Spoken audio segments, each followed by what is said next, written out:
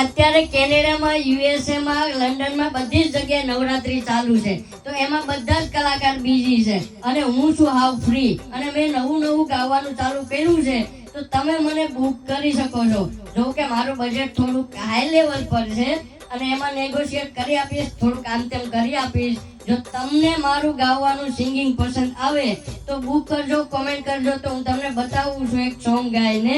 જો તમને મજા આવે તો મારો કોન્ટેક્ટ કરજો.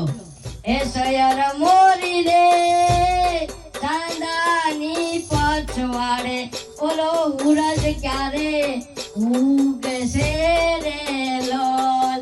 કેમ બાકી જામ્યું કે નહીં એ કમેન્ટ કરજો, તો તમે જાઓ અને હું પ્રેક્ટિસ કરી લઉં. હું પિંજરા વીણવા ગઈ